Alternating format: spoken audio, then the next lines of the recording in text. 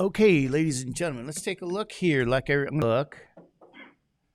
at what we were doing as we proceed to answer these additional kind of limit questions, right? So I'm going to remark about this. Let's do a quick remark, and I'm going to try to write it down a little bit better. So if I have to take the limit as x goes to -2 of what? X cubed plus 8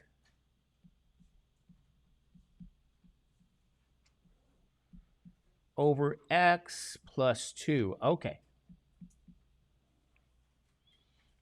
All right. I think this is where we left off. Is that true? All right. Now we're getting into some interesting kind of things here.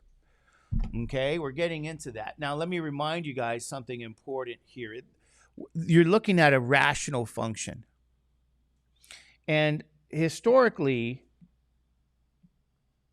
rational functions have a concern where the denominator is 0. Historically, you have a vertical asymptote where that denominator is equal to 0. And the equation of such, you subtract 2 from both sides, you say x is going to be -2.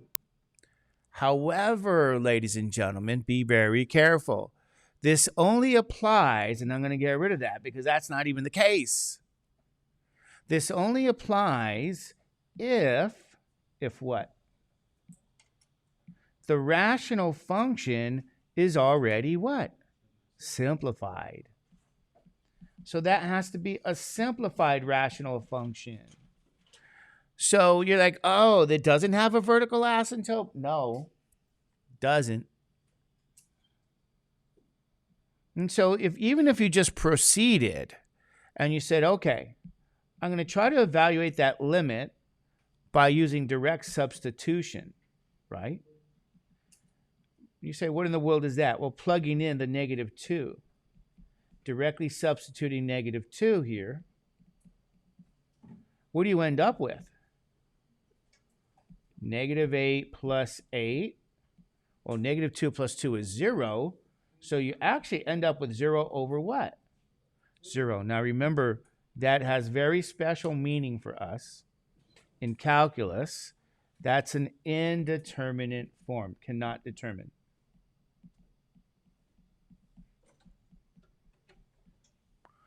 All right. So you might say, okay, what do you do in that case? Well, you always use what we say is what? Algebra. Now you say, what do you mean algebra? Well, this rational is not even simplified. And you go, okay, now how do I know? Well, a lot of these problems are very specially chosen, so we know ahead of time, you know. But you might say, well, how do I use algebra here? Well, you can divide. Or you can what? You can factor. Now, that means you got to remember how to factor. And this actually is a beginning algebra issue. It's a beginning algebra question. You guys remember how to factor x cubed plus 8? Right? This is part of the special factors. So you get a cubed plus what? B cubed. A plus B. A squared minus AB plus what? B squared. That's a special factor for the sum of perfect cubes, right? So you say, well, am I going to use that there? Yeah, because 8 really, if you notice, what is 8? Yeah, it's actually 2 cubed. So the numerator can, in fact, be factored. So you go, how do I factor? If I write it down, what is that? X cubed plus 2 cubed. I'm going to use this formula. X plus 2, x squared minus 2x plus 2 squared, which is what? 4. Okay? So that's my numerator now. So then you say the ratio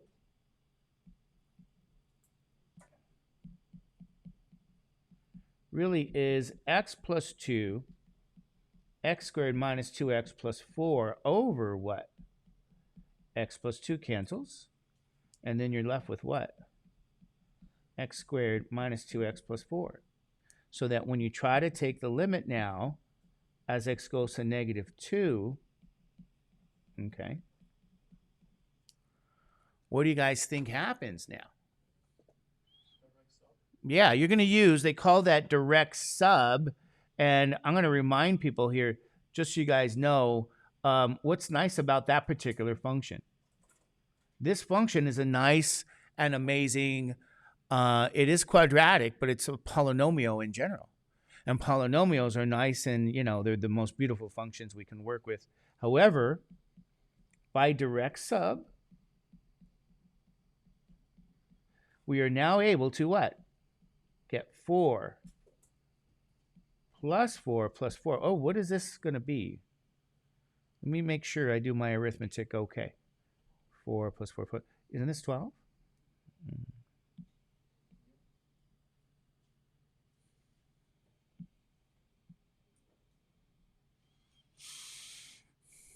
So, ladies and gentlemen, you say, well, what in the world does that even mean, Mr. Judge? Well, the limit is 12, okay? And you might say, well, what just happened at the location negative 2, 12, right? You go, what's going on here? Well, I do have the graph. All right, we do have the graph here. And what do you guys notice? There's a hole. Is that true? And let's see if we have the right address, by the way. Yes, it's negative 2. And what is this here? 2, 4, 6, 8. So it looks like 6. Let me double check.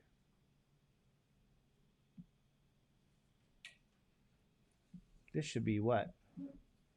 12. Is that true? Let's double check. Did we do everything okay? 4, 6. That looks like it's 9, isn't it?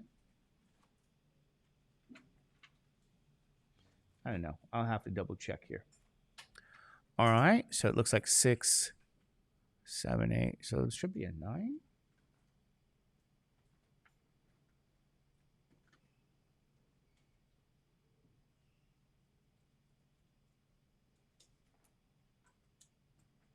Anyway, well, I'll double check that, but there you go. You're gonna have a hole there. So I also want to remind you guys this here. Let's note something here. Okay.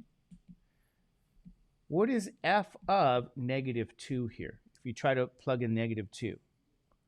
Because you have a what here? A hole. What does that even mean? It's undefined at negative 2. Is that right? All right. And what else does that mean? F is what?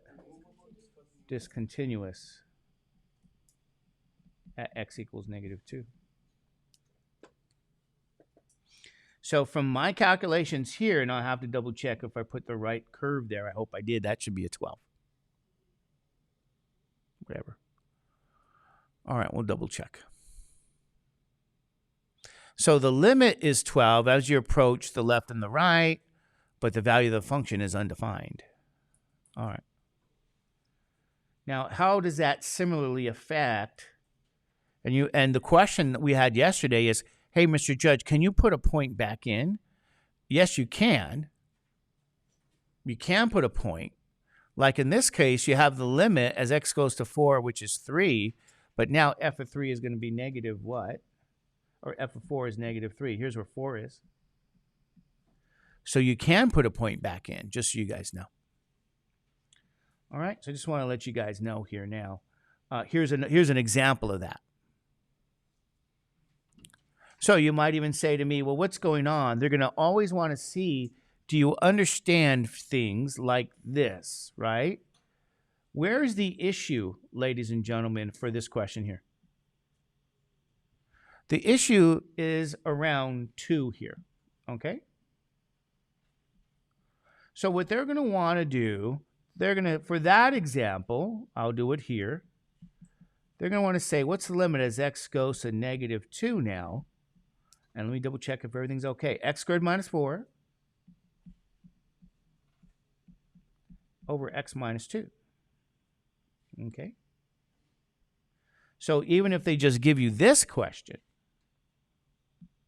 let me move it down here, and you proceed to apply direct substitution here, okay, what's going to happen as you apply direct sub? If I can get the right color here. Negative 2 squared minus 4 over, and oops, is it plus? No, that's minus. X minus 2, that's going to be a positive 2. I apologize. Okay. So, alrighty. So you get 2 minus 2. 4, bless you. What do you end up with again? What is this? Indeterminate. That's a very special situation, indeterminate.